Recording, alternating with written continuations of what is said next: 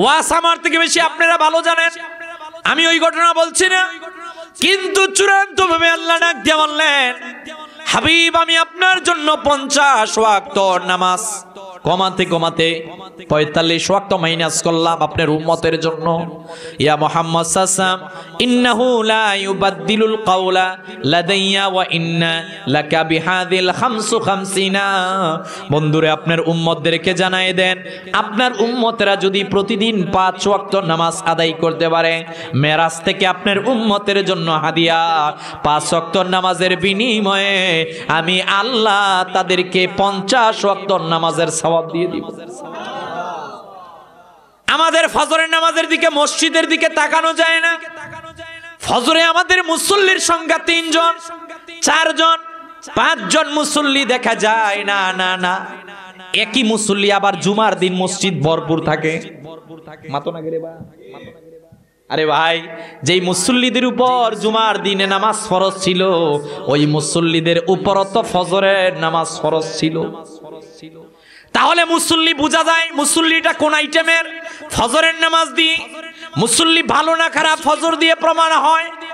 এই মারাজ থেকে আল্লাহ রাব্বুল আলামিন আমাদের জন্য 5 ওয়াক্ত নামাজ হাদিয়া দিলেন, আমরা যাতে 5 ওয়াক্ত নামাজ আদায় করি। মেরাজের মাস আসলো, আজকে আমরা শপথ নিলাম, আমরা যারা শুনলাম ইনশাআল্লাহ যতদিন আমরা বেঁচে থাকি প্রতিদিন 5 ওয়াক্ত নামাজ পড়বো ইনশাআল্লাহ। হয় না? আরো আওয়াজ দিয়ে বলেন। 2 নম্বর মেরাজের রজনীর মধ্যে আল্লাহ রাব্বুল আলামিন ডাক দিয়ে বলেন, হাবিব আপনার উম্মতদেরকে আপনি জানিয়ে দেন, আমানার রাসূলু বিমা উনজিলা ইলাইহি মির রাব্বিহি ওয়াল মুমিনুন। আল্লাহ রাব্বুল আলামিন হাবিবকে ডাক দিয়ে বললেন, হাবিব রে আপনার উম্মতদেরকে জানিয়ে দেন, আজকে যে আপনি আমার বাড়ির মধ্যে আসলেন, আপনার হাবিবের জন্য কুরআনুল কারীমের দ্বিতীয় সূরা সূরাতুল বাকারার শেষ 2টি আয়াত দিলাম, 285 আর 86 আয়াত দিলাম। হাবিব আপনার উম্মতদেরকে জানাই দেন, বন্ধু আপনার উম্মতরা যদি প্রতিদিন রাত্রে বেলা সূরাতুল বাকারার 285 আর 86 নাম্বার আয়াতটা তেলাওয়াত করে ঘুমাতে পারে। হাদিসের ভাষার মধ্যে কাফাতাউ শব্দ ব্যবহার করা হয়েছে। প্রিয় নবীজি মুহাম্মদ সাল্লাল্লাহু আলাইহি ওয়াসাল্লাম বললেন, যেই ব্যক্তি রাত্রে বেলা সূরাতুল বাকারার শেষ 2টি আয়াত তেলাওয়াত করবে, ওই ব্যক্তির জন্য, ওই বাড়ির জন্য এই 2টা আয়াতই তার জন্য যথেষ্ট হয়ে যাবে। 3 নাম্বার আল্লাহ রাব্বুল আলামিন হাবিবকে জানালেন, হাবিব আপনি জানিয়ে দেন আপনার উম্মতেরা যাতে শিরক মুক্ত ইবাদত করে। এই পৃথিবীর মধ্যে আপনার উম্মতেরা যদি শিরক করে, আমি আল্লাহ রাব্বুল আলামিন তাদেরকে ক্ষমা করব না, তারা কখনো ক্ষমা পাবে না। আপনি তাদেরকে একবারের জন্য জানায় দেন, বন্ধু তারা যদি শিরক মুক্ত ইবাদত করতে পারে, আমল যদি কমও থাকে, আমি আল্লাহ গ্যারান্টি দিলাম শিরক মুক্ত ইবাদত করে যদি তারা দুনিয়া থেকে বিদায় নেয়, হ্যাঁ ছোট্ট ছোট্ট ত্রুটির কারণে আমি আল্লাহ যদি জাহান্নাম দেইও, জাহান্নাম শেষে কোনো এক সময় আপনার উম্মতদেরকে আমি আল্লাহ জান্নাতে ঢুকাবো। আল্লাহ তাআলা 3 নাম্বার শিরক মুক্ত ইবাদতের কথা বললেন। এই রকমের মেরাজের রজনীর মধ্যে আমার আল্লাহ রাব্বুল আলামিন প্রিয় হাবিব মুহাম্মদুর রাসূলুল্লাহ সাল্লাল্লাহু আলাইহি ওয়াসাল্লামকে এই রকমের উপহার দিলেন, যেইটা আমরা নামাজের মধ্যে আত্তাহিয়াতু লিল্লাহি ওয়াস সালাওয়াতু ওয়াত তাইয়্যিবাত, যেইটা আমরা ফরজ নামাজের মধ্যে পড়ি, 2 বন্ধুর ভালোবাসা আদান প্রদান যেইটা ফজরের মধ্যে পড়ি, এই রকমের আল্লাহ রাব্বুল আলামিন হাবিবকে সবকিছু দেখালেন। প্রিয় নবীজি মেরাজ থেকে এসে বললেন, শোনো রে তোমাদেরকে আমি জানিয়ে দিলাম, গত রজনীর মধ্যে আমাকে আল্লাহ রাব্বুল আলামিন জান্নাত দেখালেন। আদম থেকে ঈসা পর্যন্ত সব নবী রাসূলগণ, আদম থেকে ঈসা পর্যন্ত সব নবী রাসূলগণ তোমাদেরকে জান্নাত জাহান্নাম না দেখে বর্ণনা করেছে। আমি মুহাম্মদ সাল্লাল্লাহু আলাইহি ওয়াসাল্লাম তোমাদেরকে না দেখে বর্ণনা করলাম না, আমি গত রাত্রে জান্নাত দেখলাম। মালা আইনুন রাআত ওয়ালা উযনুন সামিআত ওয়ালা খাতারা আলা কলবি বাশার। প্রিয় নবীজি মুহাম্মদ সাল্লাল্লাহু আলাইহি ওয়াসাল্লাম বললেন, শোনো রে এমন একটা জান্নাত গত রাত্রি বেলা আমি দেখে আসলাম, যেইটা তোমাদের চোখ দেখে নাই, অনন্ত করো চিন্তা করে নাই, যেই জান্নাতের কথা তোমরা এই দুনিয়া থেকে কখনো চিন্তাও করতে পারবে না। বলেন আল্লাহু আকবার। এখানেই নবীজি শেষ করলেন না।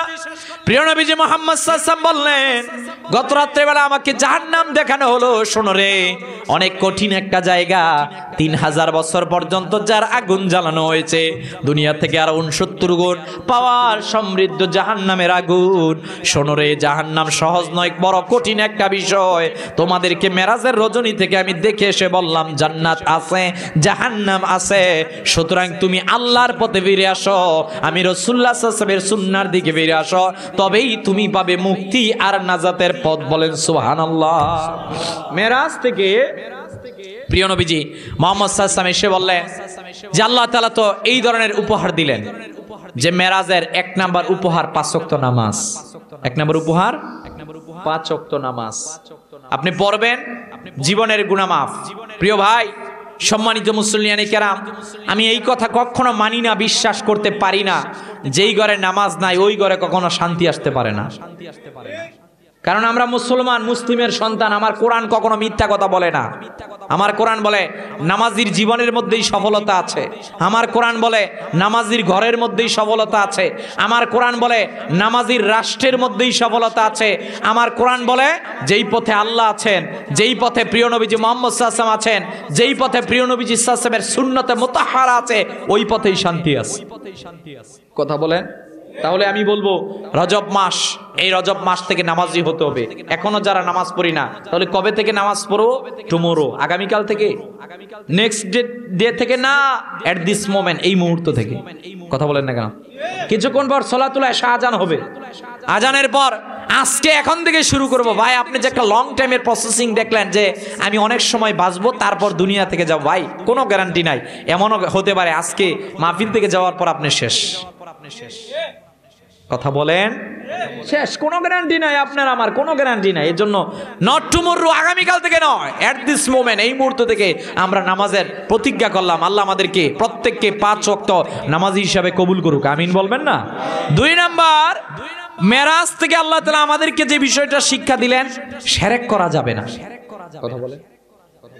শিরকের ক্ষেত্রে আমাদেরকে জিরো টলারেন্স নীতিতে থাকতে হবে। জিরো টলারেন্স নীতি না, আমি এমন কোন শব্দ চয়নও করবেন যেটা দিয়ে শিরক হয়। আমি তো ঔষধটা খেয়ে বলে ফেললাম ঔষধই আমাকে রক্ষা করেছে, নাউজুবিল্লাহ বলেন। আপনি উসিলা হিসাবে নিতে পারেন, কিন্তু ঔষধই আপনাকে রক্ষা করেছে বিষয়টা রিকোয়ারমেন্ট নয়। আপনাকে বিপদ দেন একজন, বিপদ থেকে উদ্ধার করেন একজন। আপনার ছেলে সন্তান নাই, আপনি চাইবেন একজনের কাছে, আপনার যত বড় বড় বিপদ হোক না কেন, দুনিয়ার মাউন্ট এভারেস্ট সমান যদি বিপদ হয়, আপনি আল্লাহর কাছে সাহায্য চাইবেন, দেখবেন মাউন্ট এভারেস্ট সেই পাহাড়ের মতো বিপদটা মুহূর্তের মধ্যে আটলান্টিক মহাসাগরের পানির মতো হয়ে যাবে। কথা বলেন না গে? এজন্য আমাদের দায়িত্ব হলো শিরক করা যাবে না। বান্দা বেশি বিপদে বললে শয়তানের ওয়াসওয়াসার কারণে বান্দা শিরকের সাথে যুক্ত হয়ে যায়। কথা বলেন ঠিক কিনা? 3 নাম্বার, এই উম্মতদেরকে দেওয়া হয়েছে সূরা বাকারার শেষ 2টি আয়াত, অত্যন্ত গুরুত্বপূর্ণ, অত্যন্ত ফজিলতপূর্ণ, অত্যন্ত তাৎপর্যপূর্ণ। বান্দা যদি রাত্রেবেলা এই 2টি আয়াত তেলাওয়াত করতে পারে, তার ওই রাত্রেবেলা সে যে ঘুমালো, এটা তার আসমানি খাজানা থেকে এত কিছু আল্লাহ দিবেন, সে বরকত নিয়ে শেষ করতে পারবে না। সুবহানাল্লাহ বলবেন। এই রকমের তাশাউদ দিলেন, অনেকগুলো বিষয় আমাদেরকে মেরাজের রজনী থেকে দিলেন। তবে এই যে মেরাজ আসতেছে, লাইলাতুল মেরাজ কেন্দ্রিক, লাইলাতুল বরাত কেন্দ্রিক, শবে বরাত যেটা আমরা বলি, লাইলাতুল কদর কেন্দ্রিক, লাইলাতুল কদরের রাত্র যেগুলো বলি, স্পেশাল কিছু রাত্র আমাদের কাছে আছে। কথা বলেন না কেন? যদিও আমাদের কিছু ভাইয়েরা, আমরা সম্মান রেখেই বলছি, আমাদের কিছু ভাইয়েরা এই রকমের রাত্রগুলোর মধ্যে যদি আমরা কোনো স্পেশাল আমল করি, ওনারা আমাদেরকে বেদাতি ফতুয়া দেন। আমি এমন কেন ইবাদত করব যে ইবাদত আমাকে জাহান্নামে নিবে? কথা বলেন না কেন? কিন্তু না ভাই, আপনি জানেন না যেই রাত্রের মধ্যে নামাজ পেয়েছি আমরা, মেরাজের রাত্র না আসলে তো নামাজই পেতাম না। কথা বলেন না কেন? বান্দা যদি নামাজ 5 ওয়াক্ত পড়তে পারে, তাহলে তার দিন রাত্রের সব গুনাহ মাফ। বান্দা যদি আনতা আবুদাল্লাহ কান্নাকা তারাহু ফাইন লাম তাকুন তারাহু ফাইন্নাহু ইয়ারা, বান্দা নামাজের মাধ্যমে আল্লাহর সাথে কথোপকথন, কথা বলতে পারে। এত গুরুত্বপূর্ণ একটা রাত, যেই রাত্রেবেলা আমরা নামাজ পেলাম, ওই রাত্রেবেলা ইবাদত করলে কেন বেদাত হবে? কথা কোন নাগে না? আর বিষয়টা তো এরকমের না যে আমরা শুধুমাত্র একটা রাত্রেই পড়ি। আলহামদুলিল্লাহ, এমনও মুসল্লি এখানে আছে যে প্রতিদিন রাত্রেবেলা তাহাজ্জুদ পড়ে। কথা বলেন না কেন? এমনও বান্দা আছে রাত্রেবেলা তাহাজ্জুদ মিস যায় না, এমনও বান্দা আছে ঘুমের ঘরের জাগ্রত হয়। আমি সম্মানের সহিত প্রত্যেকের প্রতি উদাত্ত আহ্বান করব, লাইলাতুল মেরাজ কেন্দ্রিক যে আমাদের ইবাদত রয়েছে এগুলোকে ছাড়বেন না। লাইলাতুল বরাত কেন্দ্রিক যে ইবাদত রয়েছে সেগুলো ছাড়বেন না। লাইলাতুল কদর কেন্দ্রিক যে ইবাদত রয়েছে সেগুলো ছাড়বেন না ভাই। এগুলো যে আজকে আমরা ছাড়া শুরু করছি, কাট করা শুরু করেছি, যখনই আমরা লাইলাতুল মেরাজ ভুলে গেলাম, লাইলাতুল বরাত ভুলে গেলাম, লাইলাতুল কদর ভুলে গেলাম, এখন আমার ঘরের মধ্যে 31st night happy Valentine's day এর মতো এই রকমের অপসংস্কৃতি ঢুকে গেছে। কথা বলেন, কারণ আমার যুবক তো চাচ্ছে আমার কোন একটা কাজ করতে হবে, যুবক তো কিছু পাচ্ছে না। যুবক দেখেছে দুই হুজুরের গুতাগুতির কারণে, দুই হুজুর যে ফতুয়া দিয়ে এমন এক ফিতনার মধ্যে তৈরি করেছে, এখন আর তার কাছে ইসলাম ভালো লাগে না, এখন আর তার কাছে কোরআন ভালো লাগে না, এখন তার কাছে ভালো লাগে 31st night. I am sorry to say, কেউ দুঃখ নিবেন না, আমি বাস্তবতা বোঝানোর জন্য কথাগুলো বলছি। এজন্য যে যেই ফতুয়া দেখ, ফতুয়া শোনার সময় আমাদের নাই। কথা বলেন, পূর্বসূরীরা আমাদেরকে যেটা শিক্ষা দিয়েছেন ওইটার মধ্যে বরকত পাবেন। আপনি পারলে মসজিদে যাবেন, বিষয়টা তো এরকমের নাই মসজিদে গিয়ে নামাজ পড়তেছি, দুনিয়ার মধ্যে আখেরাতে কম বান্দা সবচেয়ে আফসোস করবে দুনিয়ার মধ্যে আরেকটা সিজদা কেন বেশি দিলাম না। এখন পারি না মুসল্লিদেরকে মসজিদে নিতে, আর আপনি ফতুয়া দিয়ে মসজিদ থেকে বাইর করছেন। ভাই না, এই যুব সমাজ, আজকে যুব সমাজের হাতে ফ্রি ফায়ার, পাবজি, ইয়াবা, নেশা, গাঞ্জা আরো কত কিছু ঢুকে গেছে। আমি যদি বছরে একটা দিন তাদেরকে মসজিদে ঢুকাতে পারি, সেগুলো থেকে মাইনাস করে, এইটাই আমার সফলতা। কথা কোন নাকি? আমি তো পারি না তাকে নিতে, মাহফিলে আনতে পারি না, ভালো কাজে নিতে পারি না, কোনো একটা সওয়াবের ফজিলত বর্ণনা করে যদি আমি তাকে মসজিদে ঢুকাতে পারি, ওর ভিতরে যদি আল্লাহর যদি ভালো লাগে, এমনও হতে পারে লাইলাতুল বরাত মেরাজের একদিনের উসিলে আল্লাহ তাকে হেদায়েতও দিতে পারে। কথা বলেন না কেন? এজন্য লাইলাতুল মেরাজ কেন্দ্রিক করবেন যেগুলো আলামল হয়। নফল রোজা রাখেন আপনি, কোনো সমস্যা নাই তো ভাই, রোজা যে কোনো দিন রাখেন। যারা আমরা পারি সোমবারের রোজা রাখি, বৃহস্পতিবারের রোজা রাখি। এই যে বলতেছে নির্দিষ্ট দিনে করা জায়েজ না, কেন জায়েজ হবে না? সোমবারে তো রাখতেছি আমরা, বৃহস্পতিবারে তো রাখতেছি, আইয়ামে বীজের রোজা রাখতেছি, তারপরে আমরা অন্যান্য স্পেশাল যেগুলোর মধ্যে এই কারণে রাখতেছি। কেন রাখতেছি? যে এগুলো তো ফজিলতপূর্ণ দিন, এগুলো তো ফজিলতপূর্ণ রাত্র, যে ফজিলতপূর্ণ দিনের বেলা রোজা রাখবো, ফজিলতপূর্ণ রাত্রেবেলা ইবাদত করবো। আল্লাহর যদি ভালো লাগে, আল্লাহ তো আমাদের জীবনের গুনাহ মাফ করে দিতে পারে। কথা বলেন না কেন? তাহলে লাইলাতুল মেরাজ কেন্দ্রিক যার ভালো লাগে রোজা রাখবেন, নফল রোজা রাখবেন, রাত্রেবেলা জেগে আপনি নফল নামাজ পড়েন, কোরআন তেলাওয়াত করেন, দুরূদ শরীফ পড়েন, তাসবিহ তাহলিল করেন, দান সদকা করেন। তবে আপনি চোখের পানিটা ফেলবেন, চেষ্টা করবেন চোখের পানি ফেলে এই মেরাজের রজনীগুলা থেকে প্রতি বছর যে আসে কিছু নেওয়ার জন্য। আল্লাহ খোদার কসম করে বলতে পারি, চান না ভাই, চাওয়ার দায়িত্ব আপনার, দেওয়ার দায়িত্ব একজনের। তিনি কে? আসতে বলবেন না, তিনি কে? আর যদি আপনি শুধু ফতুয়া শুনে না যান, আস্তে আস্তে যেইভাবে মাইনাস করা শুরু হয়ে গেছে, শেষে দেখবেন এমন ফতুয়া ওই কথিত শায়েখ দিবে যে নামাজও লাগবে না। নাউজুবিল্লাহ বলবেন না? ও আপনাকে কাট করছে, আপনি বুঝতে পারছেন না, আপনি বুঝবেন আরো কিছুদিন যাক, আরো কিছুদিন যাওয়ার পরে বুঝবেন আপনি আমি কোন সমাজের মধ্যে যে বসবাস করছি। এজন্য পূর্বশ্রী আউলিয়া ইকরাম, আল্লামা সাহেব কেওলা ফুলতুলি সহ হক্কানি ওলামা ইকরামগণ, হক্কানি পীর মাশায়েখগণ যেইটা আমাদেরকে শিক্ষা দিয়েছে, আমরা ডানে যাব না, এর বামে যাব না, পারলে একটা সিজদা বেশি দিব, পারলে সিজদা কমাবো না। মেরাজের শিক্ষা আমরা শুনলাম। তবে এই মেরাজের রজনীর মধ্যে আল্লাহ রাব্বুল আলামিন সূরা বনী ইসরাঈলের 22 নম্বর আয়াত থেকে 37 নম্বর আয়াতের মধ্যে এই উম্মতদের জন্য 14টা কর্মসূচি দিলেন। 14টা কর্মসূচি, 14টা কাজ দিলেন আমাদেরকে। মেরাজে রাসূলুল্লাহ সাল্লাল্লাহু আলাইহি ওয়াসাল্লাম গেলেন, আমাদের জন্য জান্নাতের ওয়াদা নিয়ে আসলেন। সুবহানাল্লাহ দেন।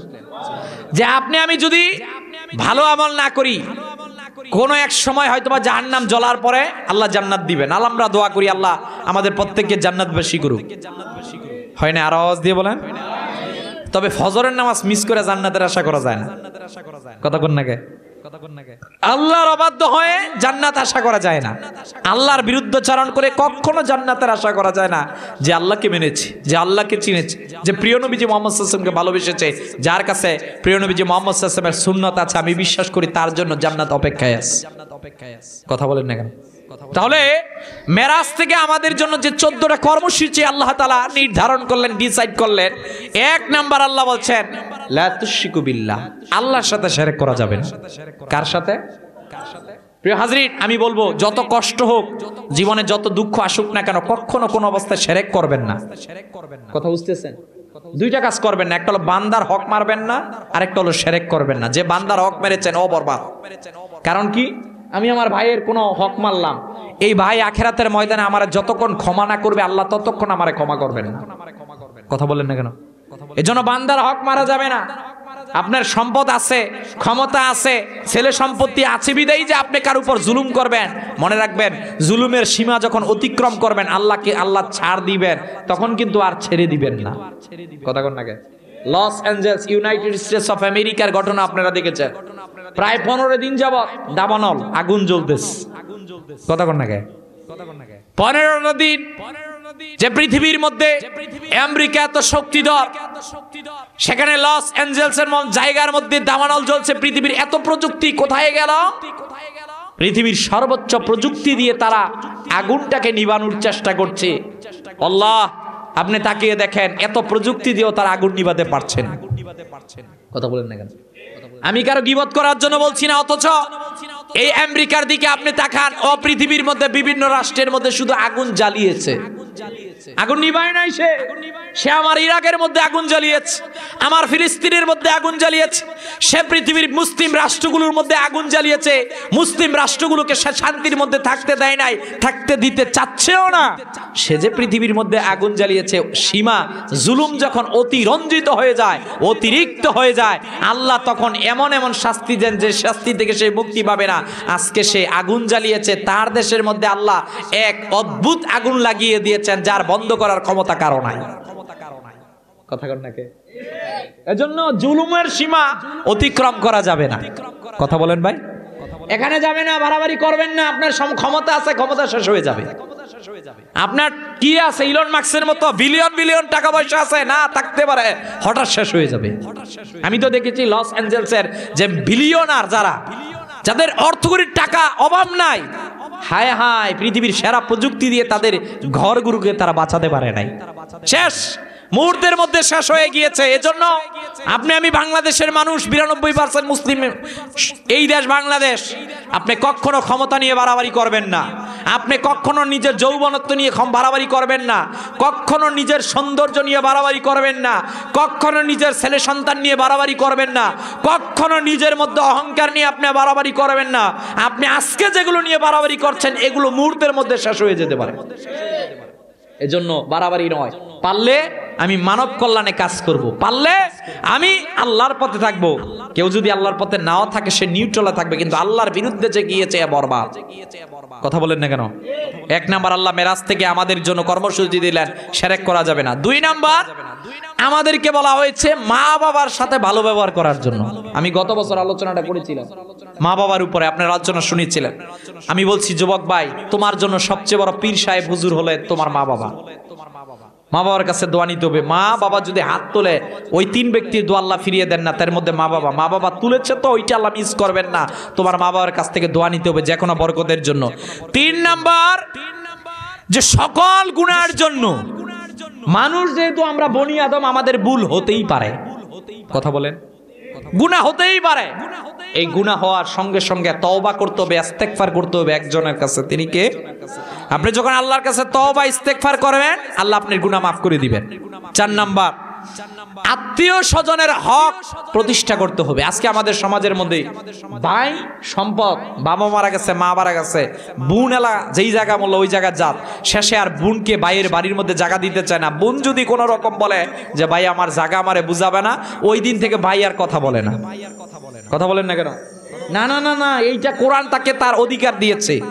কোরআন বোনকে অধিকার দিয়েছে, কোরআন কন্যাকে অধিকার দিয়েছে। আপনি বোনের হক মারতে পারেন না। আত্মীয় স্বজনের হক আছে, আত্মীয়তার হক প্রতিষ্ঠা করতে হবে। এরপর আপনার জন্য 5 নাম্বার কর্মসূচি দিলেন, সম্পদ আসবে, টাকা পয়সা আসবে, অর্থকড়ি আসবে। অর্থকড়ি পেয়ে আপনি অপব্যবহার করতে পারবেন না, অপচয় করতে পারবেন না। কথা কন নাকি? আখিরাতের ময়দানে আল্লাহ যে 5টা প্রশ্ন করবেন, এর মধ্যে একটা, এই বান্দা তুমি যে সম্পদ ইনকাম করেছিলে, এগুলা কিভাবে ব্যয় করেছো, তুমি অপচয় করেছো কিনা তার জবাব দাও। 6 নাম্বার বলা হবে, তুমি হকদারের হক প্রতিষ্ঠা করেছিলা কিনা। আপনি রয়েছেন, আপনার প্রতিবেশীরা আপনার প্রতি হক আছে। কথা কন নাকি? প্রত্যেকেই কুল্লুকুম রাইন ওয়া কুল্লুকুম মাসউলুন আন রাইয়াতিন। আমরা প্রত্যেকেই কিন্তু দায়িত্বশীল। আমাদের দায়িত্ব যদি পালন না করি তাহলে একজনের কাঠগড়ায় দাঁড়াতে হবে। তিনি কে? 7 নাম্বার, ব্যয়ের ক্ষেত্রে বেইনসাবি করা যাবে না। মানুষ সৃষ্টির পূর্বে আল্লাহ ওই বান্দা কতটুকু রিজিক গ্রহণ করবেন এইটার ফায়সালা নিয়েছেন একজন, তিনি কে? শুধু আপনার দায়িত্ব নিয়েছেন, বিষয়টি এরকমের নয়। পৃথিবীর মধ্যে যত প্রাণী, ছোট্ট এক তিমি মাছের বাচ্চা, সে তার মার বুক থেকে যখন দুধ গ্রহণ করে, সেই ছোট্ট তিমি মাছের দুধের পরিমাণ হয় 25 মণ। কয় মণ? আল্লাহ তো ব্যবস্থা করেছেন, আল্লাহ তো সেখানে রেখেছেন। এজন্য আপনি কখনো দারিদ্রতার ভয়ে আপনার সন্তানকে হত্যা করবেন না। আপনি পরিশ্রম করবেন, সফলতা আল্লাহ দিবেন। 9 নাম্বার, জেনা ব্যভিচারের দ্বারেও কাছে যাওয়া যাবে না। এই দেখেন, কোভিডের পর নতুন আরেক ভাইরাস এসে দাঁড়িয়ে গেছে। অলরেডি যারা উমরাতে যাবে, হজে যাবে, তাদের জন্য সৌদি গভর্নমেন্ট নির্ধারণ করেছেন ওই টিকা যতক্ষণ পর্যন্ত না দিবে উমরা করতে যেতে পারবে না। কথা বল না খে। বিপদ একটার পর একটা আসতেছে। কেন? বিপদ তো আমাদের, জাহারাল ফাসাদু ফিল বাররি ওয়াল বাহরি, এগুলো আমাদের 2 হাতের কামাই। কথা কর।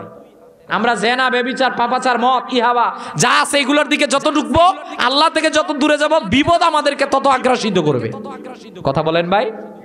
এজন্য জেনা, ব্যভিচার থেকে আমাদেরকে দূরে থাকতে হবে। এরপর হলো, কোন মানুষকে অন্যায়ভাবে হত্যা করা যাবে না। যে কোনো মানুষ, অন্যায় কোন নিরপরাধ মানুষকে হত্যা করা যাবে না। ক্ষমতার বলে নিরপরাধ ভাবে আপনি যদি কোনো মানুষকে অন্যায় করেন, তাহলে আপনি গোটা পৃথিবীর মানুষকে হত্যা করার শামিল, অন্তর্ভুক্ত হয়ে যাবেন। এজন্য রাসূলুল্লাহ সাল্লাল্লাহু আলাইহি ওয়াসাল্লাম বলছেন, জিহাদের ময়দানের ঘটনা ভিন্ন। মনে রাখবেন, জিহাদটা মানুষকে হত্যা করে না। জিহাদ হলো সমাজের মাঝখান থেকে বিস্ফোরা কেটে ফেলে দেয়। বিস্ফোরা চিনছেন নি? বিস্ফোরা চিনছেন?